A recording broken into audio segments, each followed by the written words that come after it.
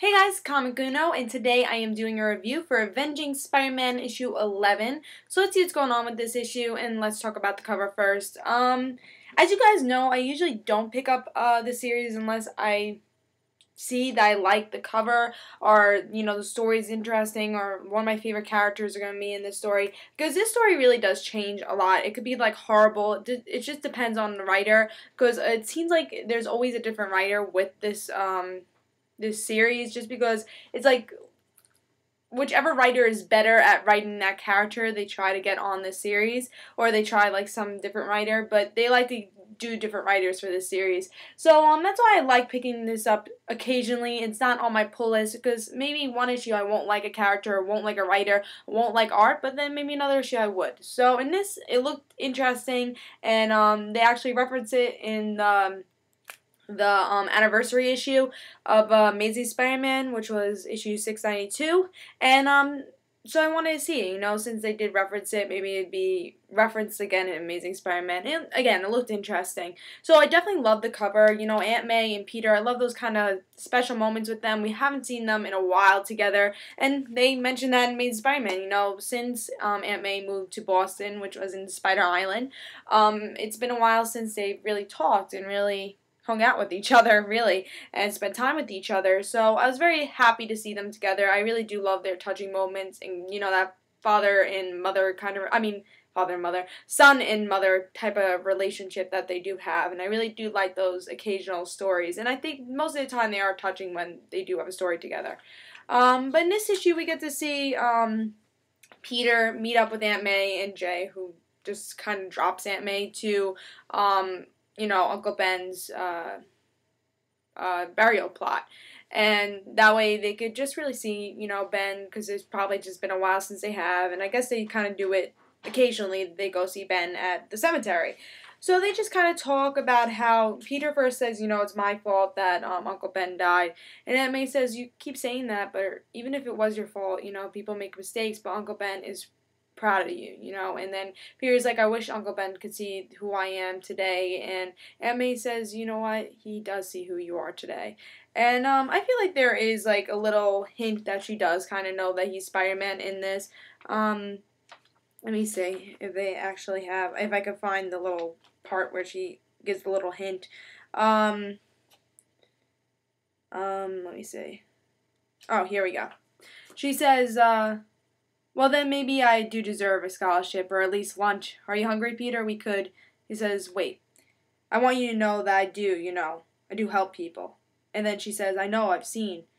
And then she kind of says, because he's saying this whole thing, said, no, I know I come off as a bit of a screw-up, but I want you to know, all the stuff you said, I do. I think Ben would.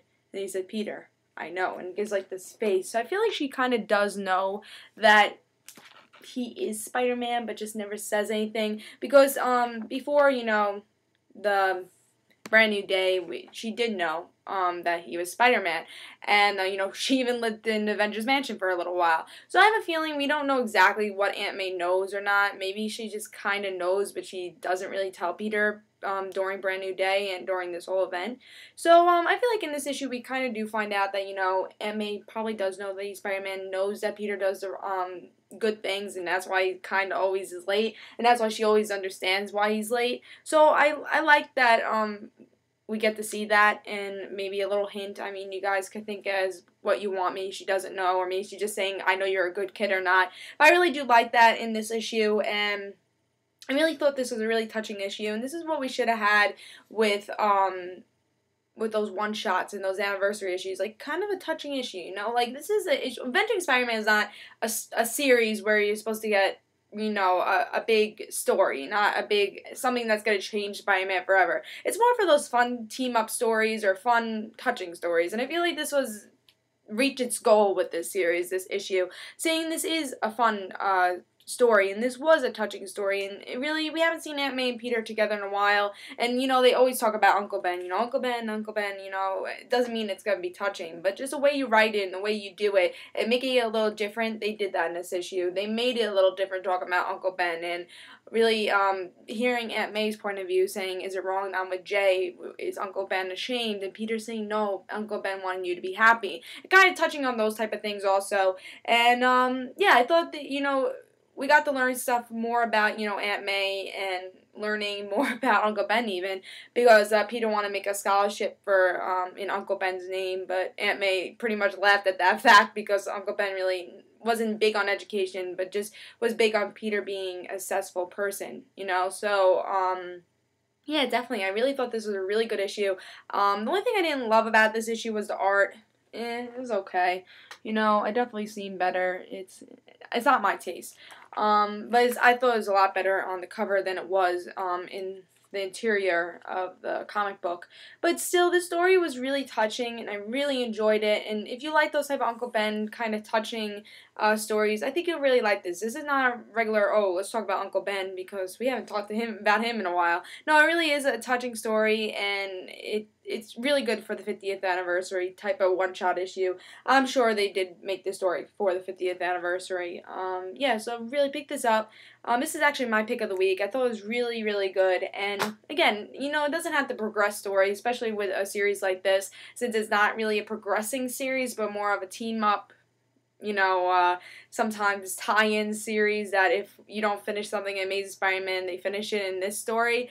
But, yeah, and I know they had an epilogue of Ends of Earth on this series also. So it's not really a progressive series, but it is, either touching, funny, or fun series to pick up, depending on what characters you like.